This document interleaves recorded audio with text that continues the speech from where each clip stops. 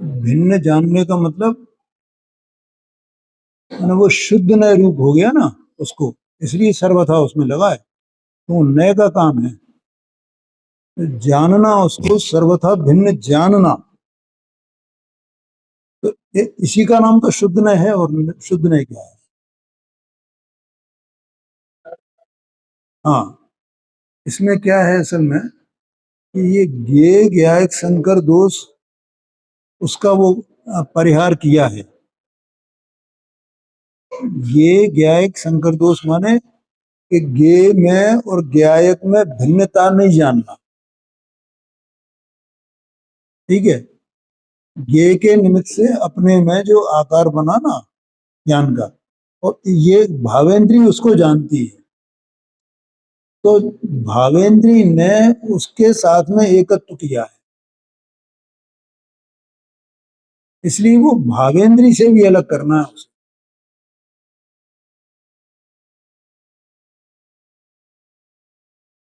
हाँ, अपना स्वभाव तो एक रूप है ना, अखंड है वो। और कुछ और पॉइंट आएगा तो मैं बताऊंगा आपको। एक आध पॉइंट मुझे बाद में और आया था विचार में, मैं भूल गया उसको है। देखो, ज्ञान की जो पर्याय है ना, तो पर्याय वो इसके द्वारा जानती है ना, काय के द्वारा? इंद्री के द्वारा। तो ये तो इंद्री हो गई, द्रव्येंद्री, जिसके द्वारा जान रहा है, और जिसके द्वारा जो जान रहा है वो ज्ञान की पर्याय, वो भावेंद्री हुई। तो अज्ञानी तो उसमें, तो उसके साथ एक में होता है ना, बिल्कुल। हाँ हाँ, इसमें आया है ये, एक में अनुभव करता है अपने संवेदन से एकाकार होकर के। उस ज्ञान माने ज्ञेय का जो आकार बना, उसके साथ में उसका संवेदन किया उसने, उस आकार का। उसको पूरा और आगे पढ़ना, अच्छा ये आपके पास नहीं है, पूरा नहीं है, बोले ही बोल है कि ना। तो वो उसके साथ में एकाकार संवेदन उसका करती है। तो जैसे संवेदन किया, तो उसे भिन्नता भाषित है नहीं, तो ज्ञेय का और ज्ञायक का दोनों का अभिन्नपना भाषित होता है। ठीक है ना, यहाँ इसमें 31 नंबर की गाथा में तीन चीजें दी हैं। पहली, द्रव्येंद्रियां। दूसरी, भावेंद्री। और तीसरा, इंद्रियों के विषयभूत पदार्थ। इनको भी इंद्रिय कहा। और ये आत्मा, इसका जो ज्ञान की पर्याय है ना, जानने वाली, वो ज्ञान की पर्याय अपने को ज्ञान रूप नहीं जानती है, वो इनमें ही एकत्व करती है। ठीक है ना, ये ज्ञान रूप तो पर्याय जो है वो है ज्ञायक की, तो उसे तो ये जानना चाहिए कि मैं ज्ञायक हूं, मैं तो ज्ञायक हूं। तो ऐसा अपना ज्ञायकपना भूल करके और वो उसके साथ में एकत्व करती है। ठीक है, तो उसको कहते हैं ज्ञेय ज्ञायक संकर दोष। माने दोष माने क्या, कि ये ऐसा अनुभव करता है कि मैं ज्ञान में मिल, वो ज्ञेय में मिल गया, ज्ञेय मुझ में मिल गया। संकर माने मिलना, संकर माने मिलावट। तो जैसे वो मिल गया है, तो ये ऐसा मिला हुआ अनुभव करना, ये दोष है। तो इस दोष का परिहार करे, त्याग करे, तो वो सच्ची स्तुति है। इस दोष का त्याग करे तब सच्ची स्तुति है। और जहां तक दोष का त्याग नहीं करता है, वहां तक सच्ची स्तुति है नहीं। ये बात है। वो बहुत जोरदार गाथा है वो तो, खैर वो। हाँ जी। नमो हरिहंतानम, नमो सिंहानम, नमो वज्रयानम, नमास्मै स्वराय स्वानुभूत्या च कास्ते चित् स्वभावाय भावाय सर्वभव वन्दित्य सवसिद्धे धूमचनमनोभञ्जन ओचामि स्मे पाहुनमिनो सुदकीर्ति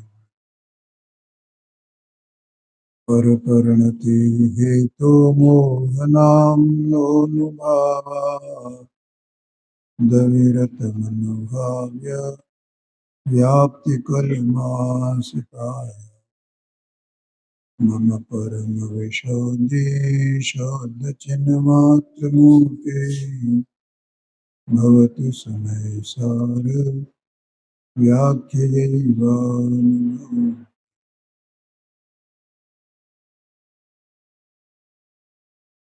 260 नंबर का कलश हो गया था पूरा, भावार्थ हो गया।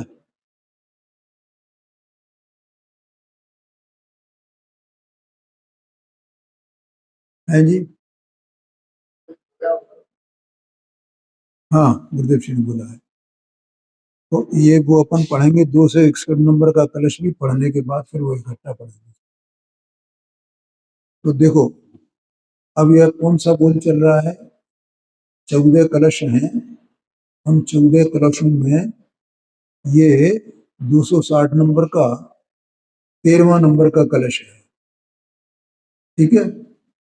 और अज्ञानी जो एकांतवादी है, वो एकांतवादी अज्ञानी अपने को सर्वथा अनित्य मानता है। क्यों मानता है?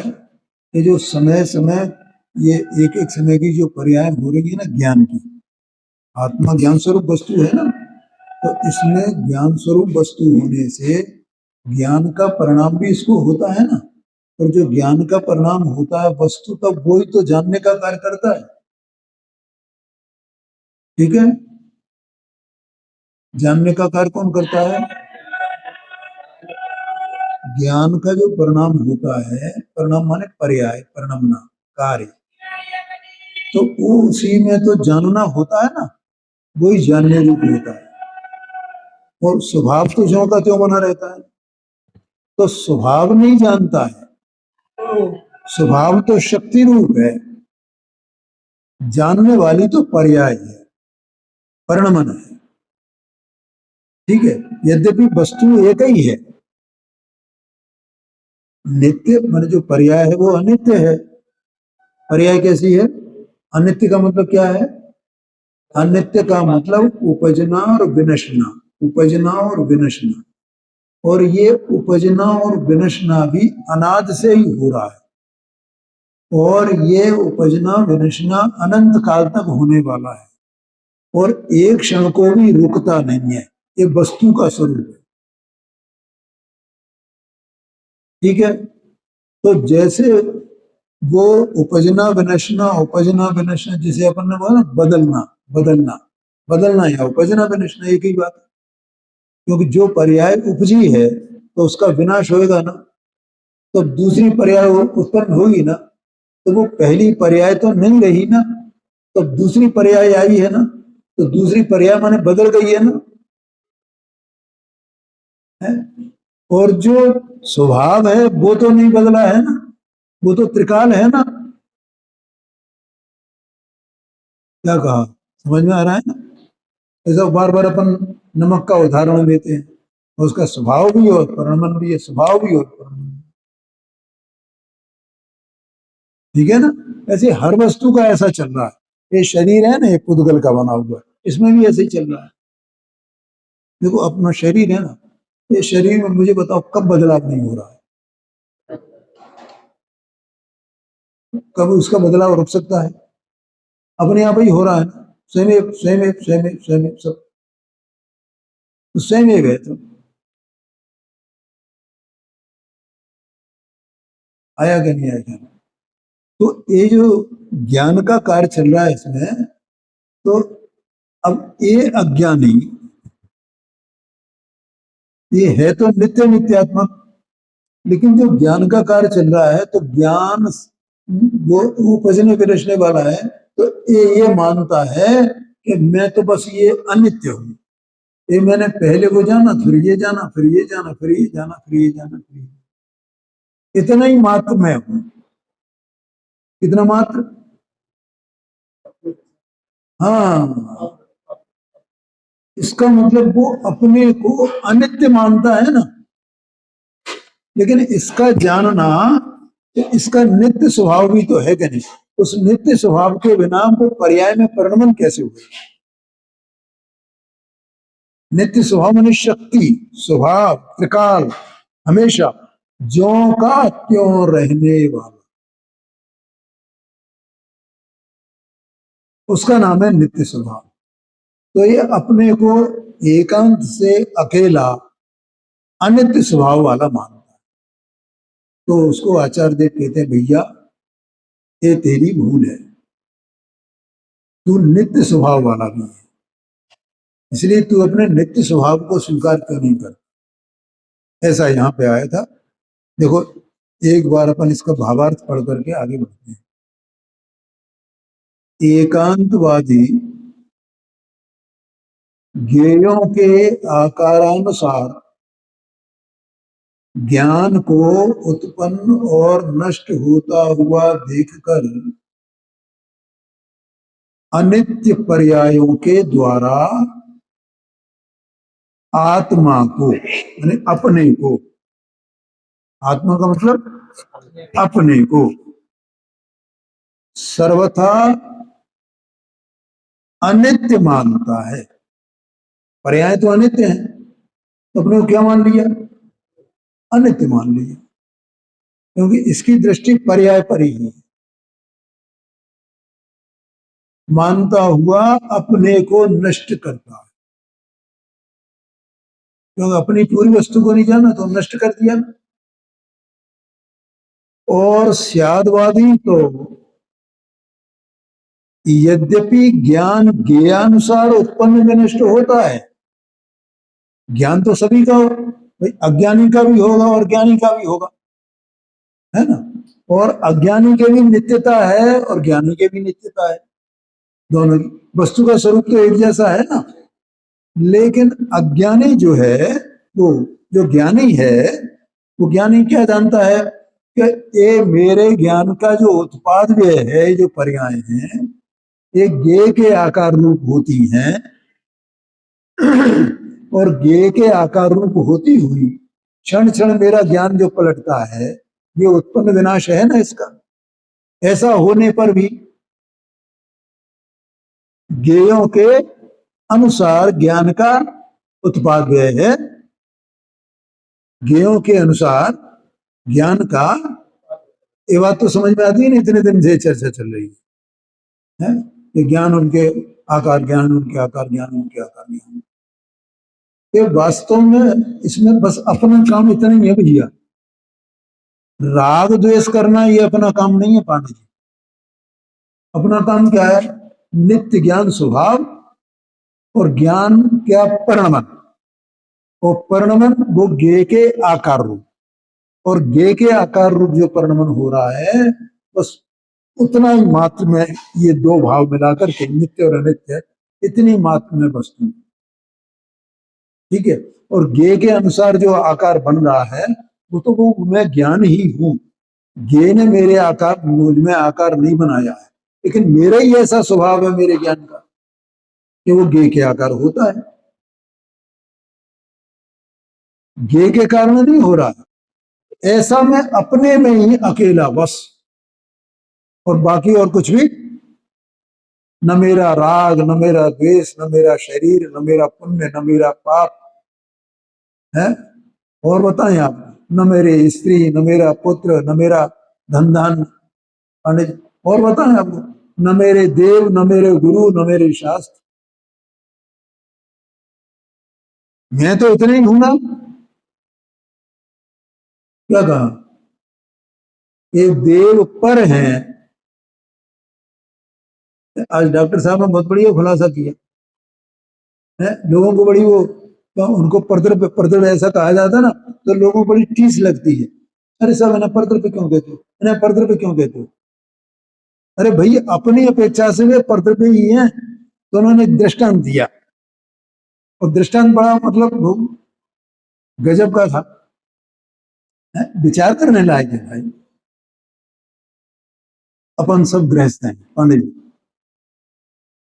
ठीक है, तो जो शादीशुदा हैं, तो हमारी शादी हो गई है अभी नहीं हुई। तो जो गृहस्थ हैं शादीशुदा, तो उनकी स्वस्त्री होती है कि नहीं? क्या कहा? स्वस्त्री है। और स्वस्त्री के अलावा बाकी सब उसके लिए क्या है? पर स्त्री है। तो उन्होंने ये पूछा कि भैया अपनी अम्मा भी अपने लिए स्वस्त्री है क्या पर स्त्री है? अपनी बहन अपने लिए स्वस्त्री है क्या पर स्त्री है?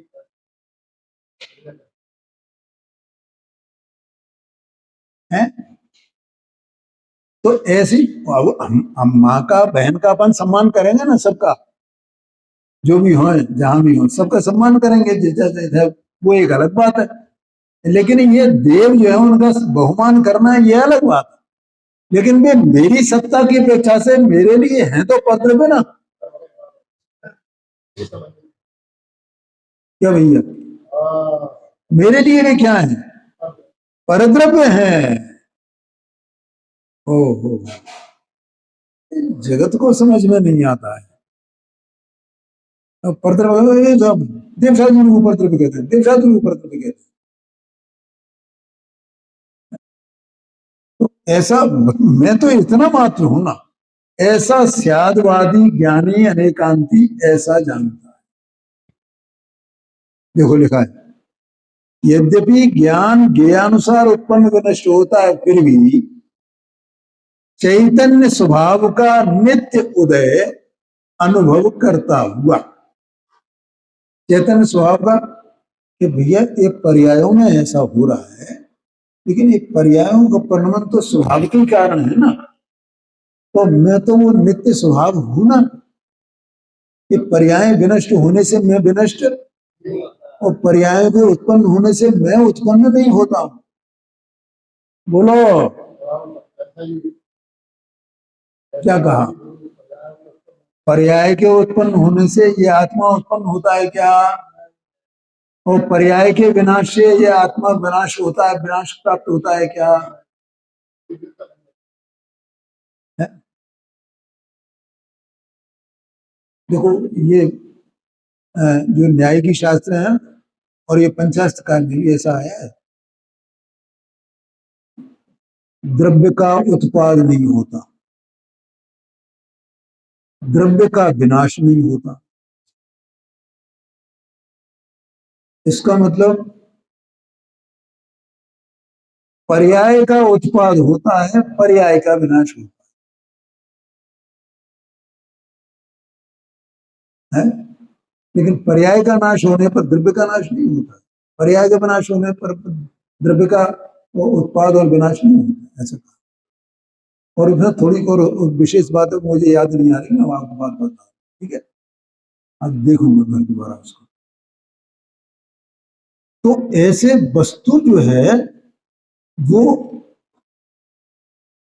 उत्पाद विनाश उसका नहीं होता है, पर्यायों का होता है, द्रव्य का नहीं होता है, वस्तु का नहीं होता है। तो मैं कौन हूं? क्यों भैया? जिसका उत्पाद होता है विनाश होता है वो मैं हूं, कि जो जिसका उत्पाद विनाश नहीं होता है वो मैं हूं? ये एक बात बताना जरा, वो मैं हूं, ये बात। जैसे अपन ही जानते ना, शरीर का विनाश हो जाएगा, अब दूसरा शरीर मिल जाएगा, फिर उसका विनाश हो जाएगा, फिर दूसरा शरीर मिल जाएगा।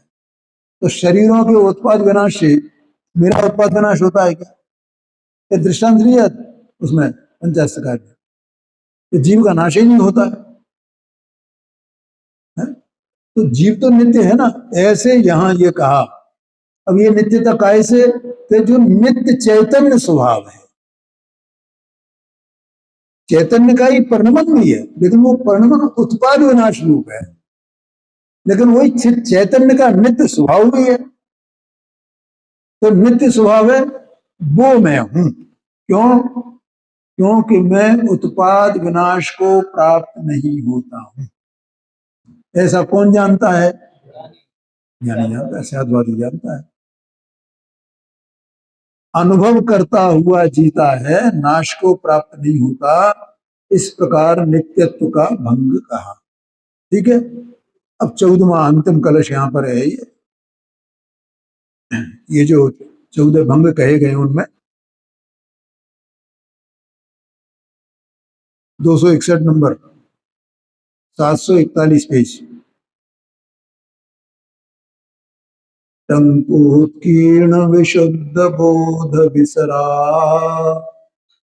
कारात्म तत्वाशया वांछतुच्छल दच्छति परिणते भिन्नं पशो किंचन ज्ञानम नित्यमनित्यता परिगमे प्यासादयोज्ज्वलम् स्याद्वादितनित्यतां परिमृशम् परिमृश स्याद्वादितनित्यतां परिमृशन् चिद्वस्तुभृत्ते क्रमात्। देखो श्लोकार्थ है। पशु अर्थात एकांतवादी अज्ञानी, टंकोत्कीर्ण विशुद्ध ज्ञान के विस्तार रूप एक आकार सर्वथा नित्य आत्म तत्व की आशा से उछलती हुई निर्मल चैतन्य परिणति से भिन्न कुछ माने आत्म तत्व को चाहता है, किंतु ऐसा कोई आत्म तत्व है नहीं। ख्याल में आया ना? देखो क्या कहा है यहां पर कि वो नित्यता की आशा से अपनी जो अनित्य पर्याय है ना उनको नहीं चाहता है। वो मैं तो एक नित्य हूं, मैं तो नित्य हूं निश्चयभाषी की तरह। क्या भैया नवीन भाई, निश्चयभाषी क्या मानता है? मैं तो शुद्ध ही हूं, मैं तो शुद्ध, मुझे पर्याय है ही नहीं ना, मैं पर्याय से रहित। ऐसा एकांतवादी अपने को उसकी आशा से, इसका आशय है अपने को एक मानता हुआ नित्य मानता हूं, नित्य। ये मैं तो पर्याय से रहित हूं ऐसा मानता हूं। तो इसका मतलब है उसी की आशा से उछलती हुई निर्मल चैतन्य परिणति से भिन्न। जब ये आत्मा चैतन्य स्वरूप है ना, तो इसमें चैतन्य की परिणतियां उछलती हैं, निर्मल परिणतियां। अभी थोड़ी देर पहले मैंने ये बात बताई थी कि आत्मा का क्या कार्य है, क्या करता है आत्मा। 2 पॉइंट बताए थे ना कि ये नित्य रह करके इसमें निर्मल ज्ञान का कार्य होता है। यही तो मेरा स्वरूप है। ये रागादि भाव मेरा स्वरूप है ही नहीं ना। ये तो मेरा अज्ञान है कि मैं रागादि को अपना मानता हूं। मैं मतलब मैं उस रागादिक में बिल्कुल एकदम और ज्ञान स्वरूप को जानता ही नहीं हूं। ये वास्तविकता है। मैंने देखा ही नहीं है ज्ञान स्वभाव को। मैंने तो रागद्वेष को ही देखा है, उसी का अनुभव किया है भाई, इसलिए मैं उसी को जानता हूं है? लेकिन वास्तव में देखा जाए तो आत्मा कितनी वस्तु है? तो ज्ञान मात्र वस्तु आत्मा है। और ज्ञान मात्र वस्तु आत्मा में ज्ञान नित्य स्वभाव, उसका ज्ञायकपना, नित्य स्वभाव, ज्ञायकपना ज्ञायकपना ज्ञायकपना, चैतन्य नित्य स्वभाव और चैतन्य की परिणति। तो चैतन्य की परिणति निर्मल निर्मल निर्मल निर्मल और उसके अनंत गुण उसमें सब, क्योंकि एक समय की पर्याय है ना। लेकिन गुण कितने हैं? अनंत है। तो अनंत गुण रूप एक द्रव्य है ना। तो एक द्रव्य की एक समय की पर्याय में अनंत शक्तियां उछलती है ना उसमें निर्मल। लेकिन ये मूर्ख ये जानता ही नहीं है, देखता ही नहीं है इसको कुछ इल्म भी नहीं है, इसका पता ही नहीं मैं कौन वस्तु हूं।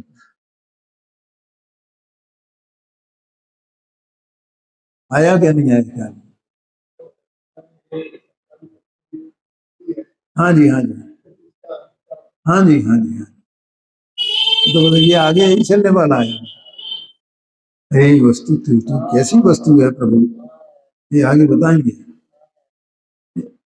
ये बस इतना आत्मा है भैया। फिर वो कहे उन्होंने तो अभी तो राग तो है ना। अभी अरे कहाँ की बातें हैं कि ये राग है और ये कर्म है। ये तुझमें है ही नहीं ना। स्फटिक मणि में लालमा कालमा है ही नहीं ना। देखो पांडे जी, जिसे शंका होती है ना तो वो इसको ये प्रश्न आएंगे। अच्छा तो कर्म तो है ना, तो कर्म तो उदयजन्य तो है ना ये भाव। अब ये है तो ना, ये है तो ना है? अच्छा तो करणानि योग में तो कहा है ना, भगवान ने देखा है ना ये। क्या आएंगे कि नहीं आएंगे? ऐसी शंकाएं आएंगी। लेकिन भैया वो है नहीं ना राग तेरे में, निर्णय नहीं किया ना। निर्मल पर्याय उछलती हैं, चेतन कहाँ लिखा है देखो, उछलती हुई निर्मल चैतन्य परिणति। चैतन्य की निर्मल परिणति हो रही है, निर्मल। क्योंकि देखो कहां तक है निर्मल परिणति, बस ज्ञान की परिणति जो हुई जानने देखने वाली, तो जानने की जो परिणति है वो गे के आकार में हो रही है ना। तो उसकी सीमा इतनी है बस, रागवाग नहीं है कुछ भी। बस इसका इसके इसका अपना जो आत्मा की सत्ता है इतनी मात्र है बस, इतना ही है। ज्ञान गे के आकार रूप हुए और गे के आश्रय के बिना, गे के आकार हुए, गे के आश्रय के बिना।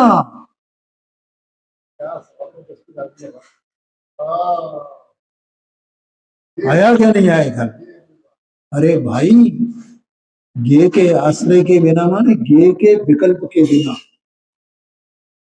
ज्ञान को कोई गे का विकल्प नहीं करना पड़ता है, समझ गए ना। अगर ज्ञान को गे का विकल्प करना पड़े तो केवल ज्ञान में भी ये होएगा है? जब मुनिराज जब श्रेणी आरोहण करते हैं ना तो सफर प्रकाशक स्वभाव के कारण पर भी जानने में आते हैं पांडे जी। ये रघुवंश साहब का चरण दिया है, तो वो विकल्प करना पड़ता है। अरे विकल्प है ही नहीं ना, विकल्प और उसमें आत्मा में नहीं है, ज्ञान में नहीं है, ज्ञान की पर्याय में। जो ज्ञान की पर्याय ज्ञाकार हो रही है उसमें विकल्प नहीं है। ये तो मूर्ख अज्ञानी विकल्प का अनुभव करता है। ओहो, आया क्या नहीं आया क्या?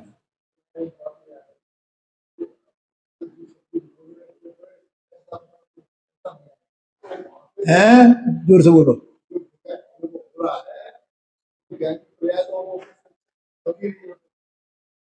हाँ जी, हाँ जी। नहीं नहीं, वो तो वो है ही नहीं, विकल्प की उसमें अप्रोच नहीं है। और ज्ञान भी वास्तव में विकल्प को अप्रोच नहीं करता है। ज्ञान ज्ञान में रहता है, विकल्प विकल्प में रहता है।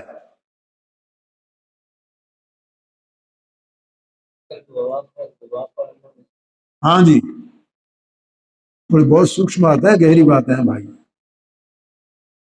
क्या कहा?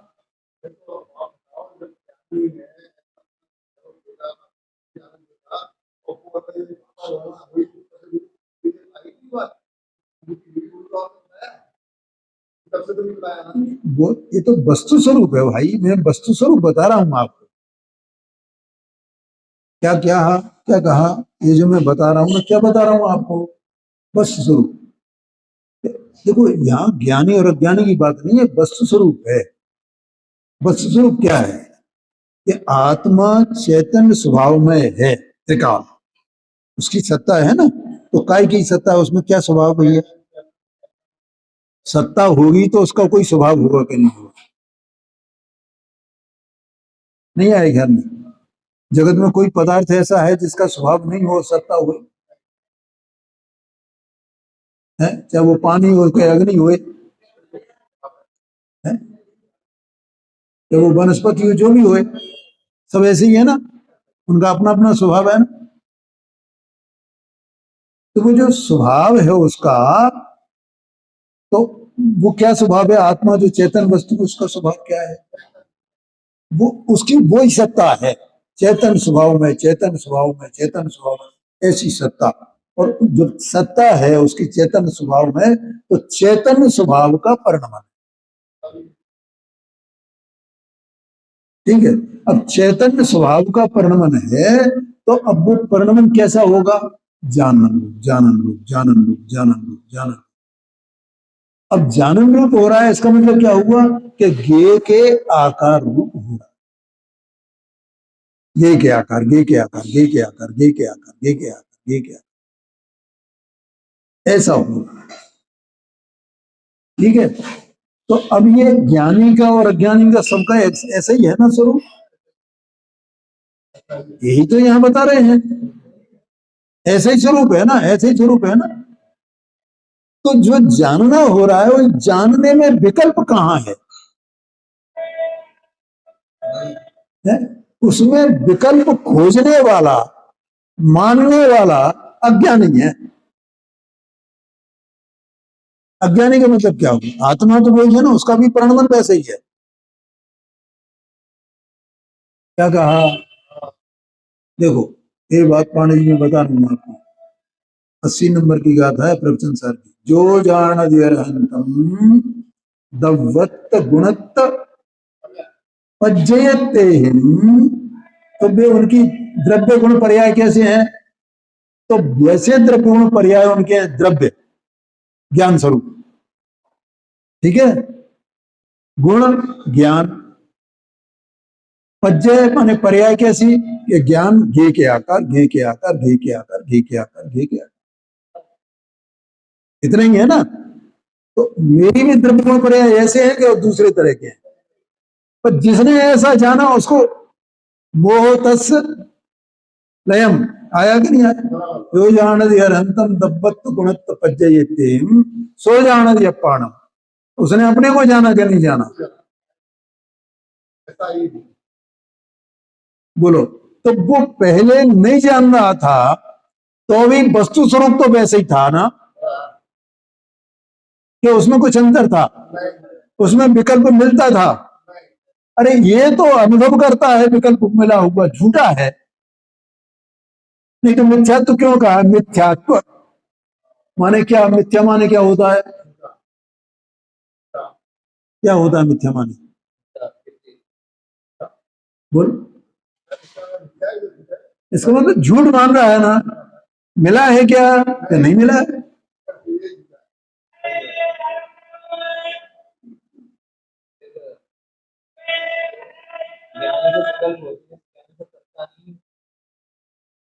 अभी वो बात अलग, अभी वस्तु की बात चल रही है, शांति से समझना।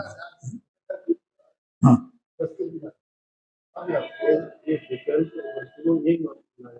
हाँ, क्योंकि वो विकल्प में वहीं खड़े हुए हैं। आया क्या? नहीं आएगी? और इसे पता है ही नहीं कि मेरी सीमा इतनी है, विकल्प को मैं अप्रोच करने वाला ही नहीं हूं, मेरा स्वरूप ही नहीं है विकल्प को अप्रोच करना। और ये मानता है मैं तो विकल्प ही बैठा हूं। क्या कहा? अज्ञानी क्या कर रहा है? वो उसी को चपेटे बैठा है ना, छाती से लगाए हुए। इसे अपने स्वरूप की खबर ही नहीं है, ये मेरी अप्रोच ही नहीं है। ये तो ज्ञानी जानता है मेरी अप्रोच नहीं है। ज्ञेयों की तो बात क्या है, विकल्प में मेरी अप्रोच नहीं। देह मन वाणी की तो बात क्या है, कर्म की तो बात क्या है? अभी विकल्प रहो तो रहो, मैं तो अपने में अभी पूरा हूं, अभी मेरा ऐसा ही परिणाम चल रहा है, ऐसा जानता है क्या नहीं? आया क्या नहीं आया ख्याल में? तो भैया वो सम्यक ज्ञान होता है। देखो डॉक्टर साहब की कल एक बात आई थी, वो, लेकिन मुझे उस पर थोड़ी शंका है। उन्होंने जो बात कही थी, तो मैं जो तर्क देता हूं तो उसके अनुसार वो बात नहीं थी, तो मुझे याद आ जाएगी तो मैं बताऊंगा।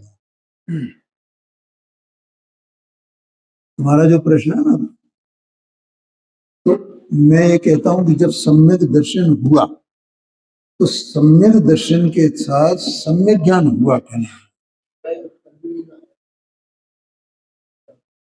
ठीक है, सम्यक ज्ञान होने पर मैं ज्ञान हूं कि मैं राग हूं,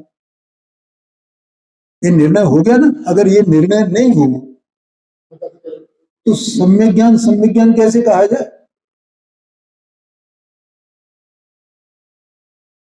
ठीक है ना, ये निर्णय है ना सम्यक ज्ञान में। सम्यक ज्ञान में ये निर्णय है, तो वो राग होने पर भी राग को जानने वाला है कि करता है?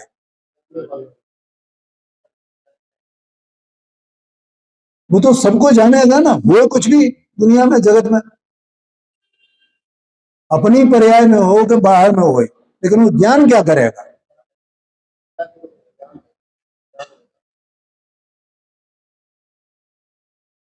ठीक है भैया, तो जानेगा इसका मतलब करेगा नहीं। ठीक है, एक बात। अब दूसरी बात कि जैसे जो ज्ञानी हुआ और वो चौथे गुण स्थान वर्ती है, तो एक चौकड़ी कसाय का अभाव हो गया है, उतनी निर्मलता उसकी परिणति में है। और ज्ञान, अभी जो तीन चौकड़ी कसाय का सद्भाव है, तज्जन्य जो राग परिणति में होगा, तो उसे जानेगा कि करेगा? तो वो तो जानने ही वाला है, और वो जानेगा ये किस आधार पर निर्णय होता है? इस आधार पर कि वो जानना अपने को जानता है कि मैं ये जानन का पिंड हूं, मैं करने का पिंड नहीं हूं, मैं राग का पिंड नहीं हूं। यहां से निर्णय होता है ना उसकी, वो अपने को कैसा जानता है, कहां उसका अपनापन है जानने का? जब मैं ये बैठा हूं, तो जब मैं ये ज्ञान का घन पिंड हूं, तो मैं करूं कैसे? मुझ में शक्ति नहीं है इसको करने की, राग को करने की, इसलिए वो राग को जानता है। आया क्या नहीं आएगा?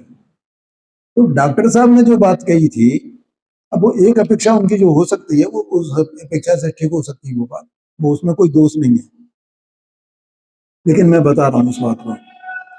उन्होंने ये कहा कि भाई अनंतानुबंधी का राग उत्पन्न नहीं होगा ना, इसलिए वो अनंतानुबंधी राग का करता तो नहीं है, लेकिन अभी तीन चौकड़ी कसाय का सद्भाव है, तो उसका राग है, तो उसका कर्ता वो होगा, ऐसा कहा था उन्होंने।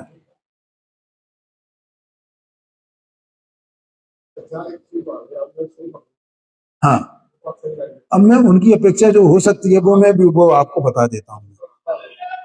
हाँ, लेकिन देखो इसमें क्या है, अब दो दो पड़खे हो जाएंगे, जो उनकी अपेक्षा होगी वो भी मैं खोल देता हूँ, और जो मैं मान रहा हूं वो भी मैं बता देता हूँ। इसमें अपेक्षा कल कल के व्याख्यान में ये आया था, 26 तारीख के व्याख्यान में, क्योंकि वो कर्ता कर्म अधिकार की वो चर्चा चल रही है 93-94 गाथा, तो उसमें जो ज्ञान है ना, तो भाई जो है ही नहीं तो उसका कर्ता बनने का तो प्रश्न ही क्या है?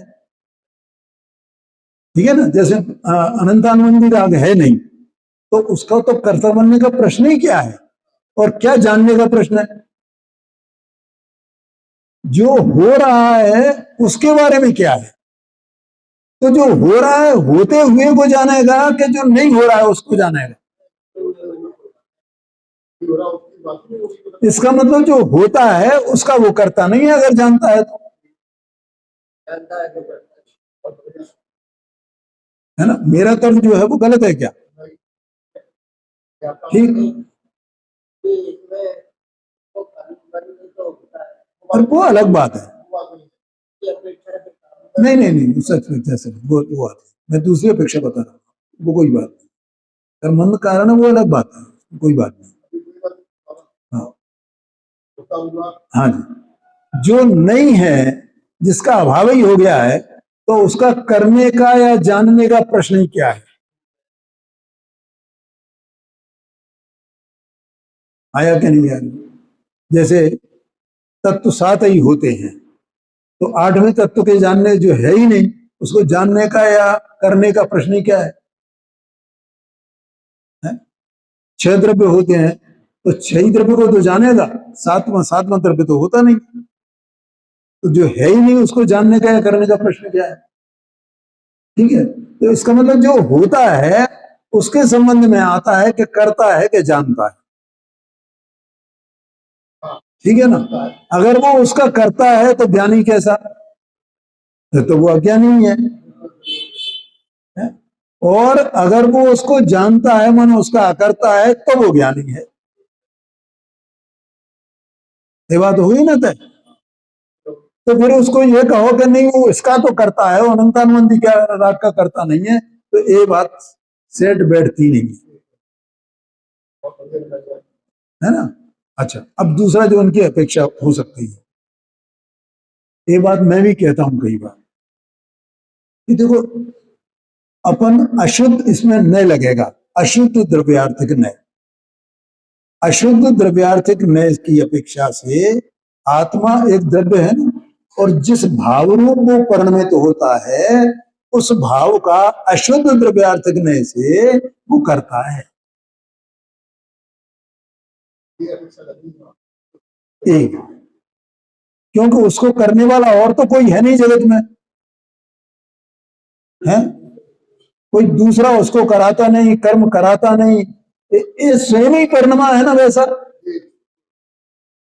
तो हो सकता है उनका वो आशय हो, वो अशुद्ध, हालांकि उन्होंने नय का नाम नहीं लिया था, लेकिन द्रव्य ही परिणमा है ना, उस रूप से द्रव्य ही परिणमा है ना, तो उसका कर्ता कौन होगा? क्या यह परिणमति से करता, क्या जो परिणमित तो होता है सो करता है।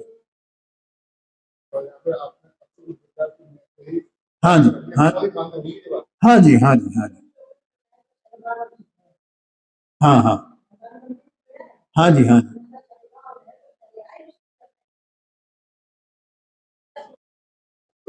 देखो क्या है, कोई बात नहीं। देखो,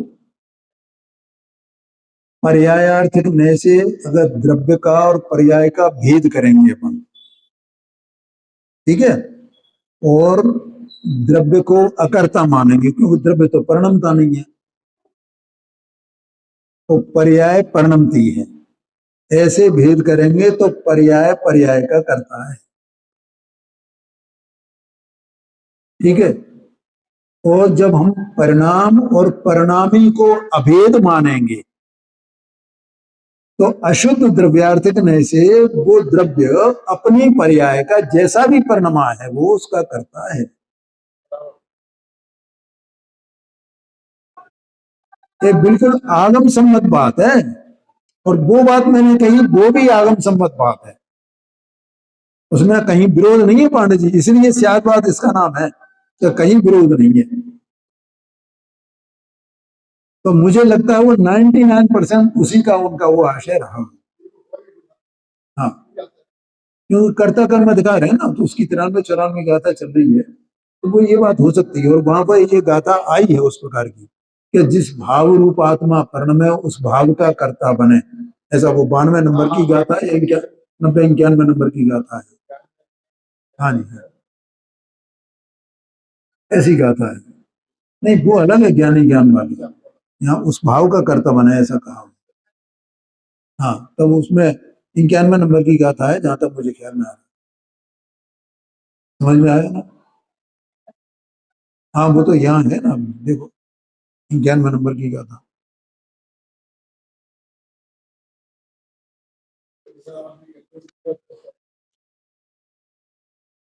एक मिनट जरा वो देख लो ना आप।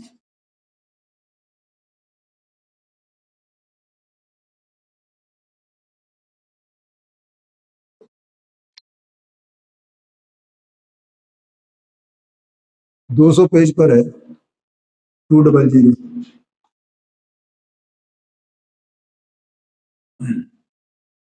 नीचे दिया है लाल अक्षरों में, जो भाव जीव करे स्वयं,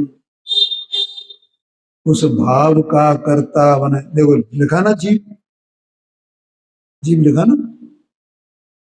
उस ही समय पुद्गल स्वयं कर्मत्व रूपी परिणमे। माने कर्म अपना कार्य करता है, जीव अपना कार्य करता है, समय एक है, एक ही समय में। तो वो उस अपेक्षा से डॉक्टर साहब ने ये बात कही होगी, ऐसा मैं मानता हूं।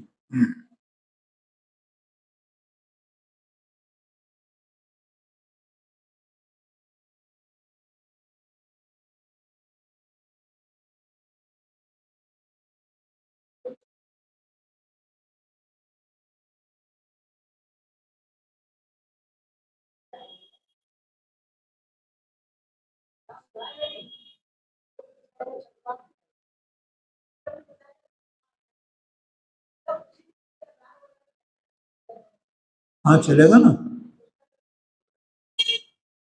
अभी बता दिए ना दोनों बातें। देखो, श्रद्धान ज्ञान की अपेक्षा से वो अकर्ता है, ठीक है।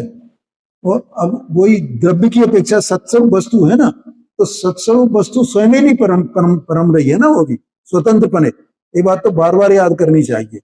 तो ज्ञानी भी है तो स्वतंत्र है बिल्कुल, इसकी अधीनता नहीं है। और अज्ञानी है तो भी स्वतंत्र है। वो ज्ञानी हो तो भी स्वतंत्र है, और अज्ञानी हो तो भी स्वतंत्र है, कोई उसे परिणमाता नहीं है।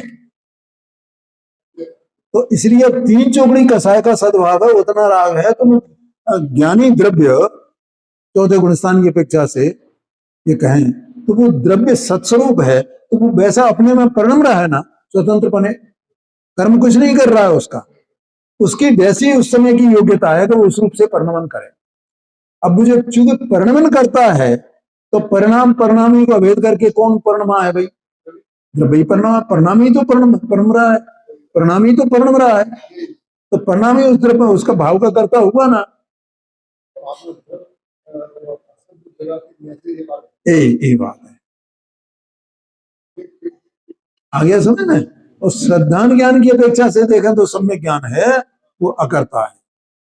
और ये जो समय सार में जितनी बातें कही गई नहीं, उसमें पंडित जी साहब ने इसमें लिखा है, इन्होंने जयचंद जी साहब ने अनेक स्थानों पे लिखा है, ये अनेक स्थानों पे, कि भैया यहां शुद्ध नय की प्रधानता से, अनुभव की प्रधानता से, सम्यक दर्शन की प्रधानता से, ये शब्द उपयोग किए उन्होंने इसी तरह के, इसकी प्रधानता से, श्रद्धान ज्ञान की प्रधानता से ये बात यहां कही गई है। यानी इसको मुख्य रखा है उसमें। समय सार का आशय ही ये है, समय सार उसको मुख्य नहीं करता है, परिणाम परिणामी के भेद बने। कहीं एक आध जगह ये बात आई है 85 नंबर की गाथा में, कि परिणामी है तो परिणाम उसका हुआ, तो परिणामी उसका करता है।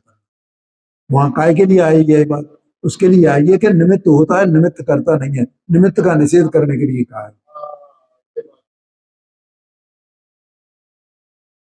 आया समझ में? ये बातें हैं। अरे भैया, हाँ जी, हाँ।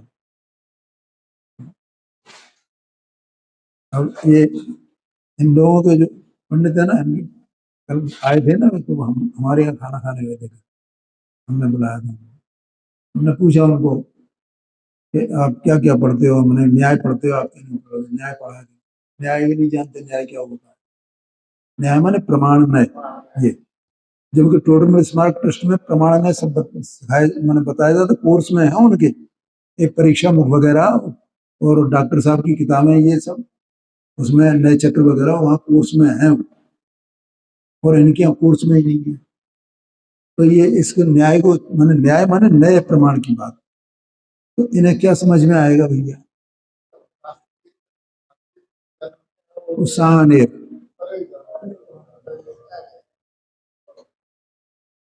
सांगानेर से, तो उनका तो एक ही काम है भैया, है एक सूत्री कार्यक्रम है उनका, है, और वो एक सूत्री कार्यक्रम आज से नहीं चल रहा, 75 साल से चल रहा है, 80 साल से, जब से गुरुदेव सिंह का उदय हुआ है तब से। ये जो कहते हैं सब झूठ बोलते हैं, ये सब झूठे होते हैं, हम कहते हैं सब सही है। जैसे 7वें गुण स्थान में सम्यक दर्शन मानते हैं, अपन कहते हैं 4थे गुण स्थान में होता है।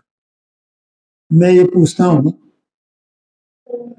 कि त्रियंचों को सम्यक दर्शन होता है कि नहीं होता है, और नारकियों को होता है कि नहीं होता है, एक बात। अब दूसरा समझना जरा, क्या उनको निश्चय सम्यक दर्शन होता है या व्यवहार सम्यक दर्शन होता है? ये आगम से बात कर रहा हूं मैं, हमारे मैं सोनगढ़ का पक्ष लेकर के नहीं कर रहा हूं, कोई समझ के पक्ष लेते हैं, मैं एलानिया कहीं भी ये बात कह सकता हूं,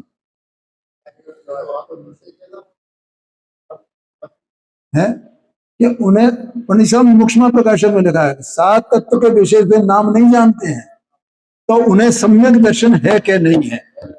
और 7 तत्व का श्रद्धान वो व्यवहार सम्यक दर्शन कहा जाता है, देवगुरु शास्त्र का श्रद्धान वो व्यवहार सम्यक दर्शन कहा जाता है। वे नाम ही नहीं जानते, देव क्या होता है, गुरु क्या होता है, शास्त्र क्या होता है, वे 7 तत्व का नाम नहीं जानते, 9 पदार्थ का नाम नहीं जानते, 6 द्रव्य का नाम नहीं जानते। और आगम कहता है कि उन्हें सम्यक दर्शन होता है, तो वो कौन सा सम्यक दर्शन है, निश्चय सम्यक दर्शन है कि व्यवहार सम्यक दर्शन है? कोई मुझे ये बात बता दे।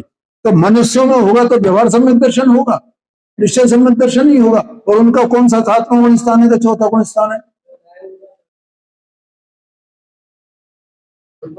7वां गुण स्थान तो मुनि दशा होती है, तो उसको त्रियंच को कहाँ होगी मुनि दशा, नारकी को कहाँ होगी मुनि दशा, देव को कहाँ होगी मुनि दशा? समझ में आ रहा है कि नहीं?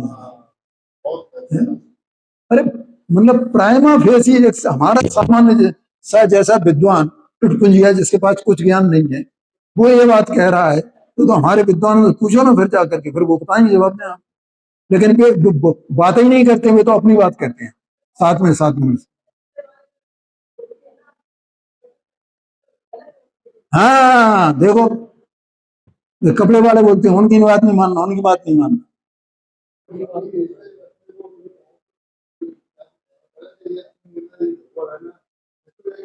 अरे भैया ऐसा सुनो मेरी बात, सत्य का कभी अभाव नहीं होता है, बहुत मजबूती है हमारी। डॉक्टर साहब ने ऐसे ऐसे बीज बोए हैं कि अभी 1000-2000 साल कुछ बिगड़ने वाला नहीं है, समझ लेना। अब क्या बात कर रहे हो आप?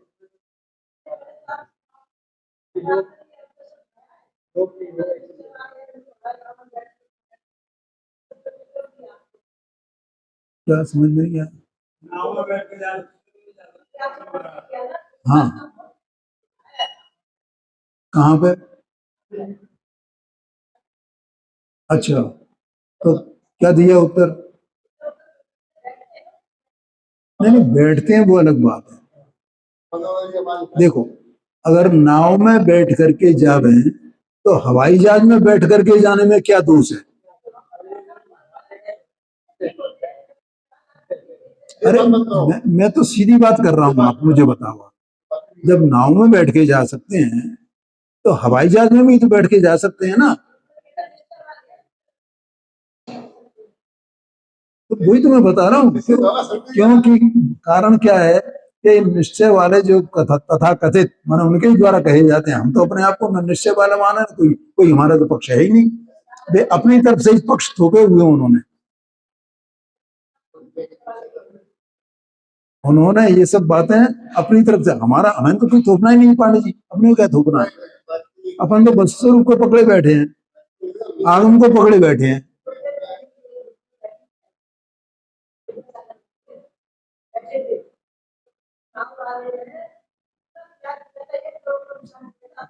अरे वो सब कर दिया उसने, इससे क्या है, वो अपने प्राण न्यौछावर कर दे, इससे क्या है। तो वो मतलब उसने वो कर दिया तो इससे इनका जो अपराध वो क्षमा हो गया। उनके करने से इसके इनके अपराध का क्या मतलब है था, उनके कार्य का, ये बात है। खैर वो कोई बात नहीं है।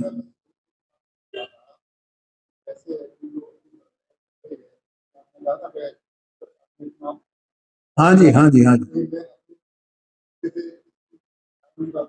हाँ जी,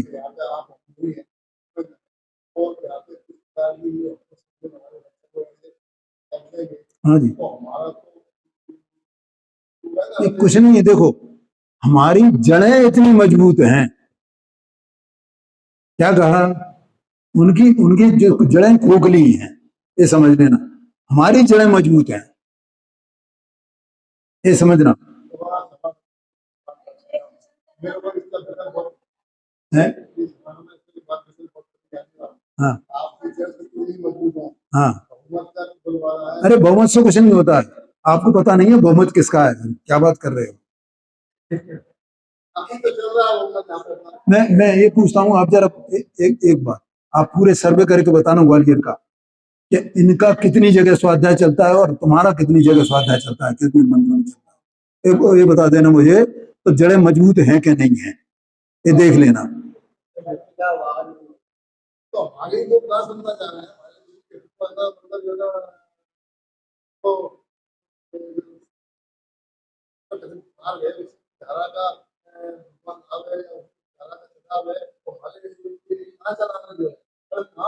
कोई कुछ नहीं बिगड़ेगा, कुछ भी नहीं बिगड़ेगा।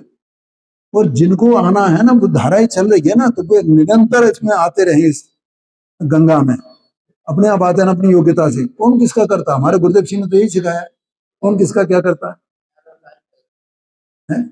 ये तो अपने आप चलने वाली है, सब धारा चल रही है गंगा है, और लोग अपने आप आ रहे हैं स्नान करने के लिए, मतलब वो रोकने वाला है कोई। तो क्यों, क्योंकि देखो इतने संस्थान, कितने खड़े संस्थान हो गए, कितने वो बन रहे हैं, कितनी जगह देश भर में कितनी जगह स्वाध्याय चलता है।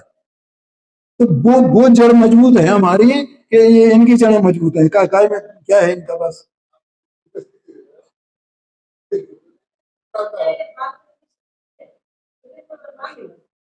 है।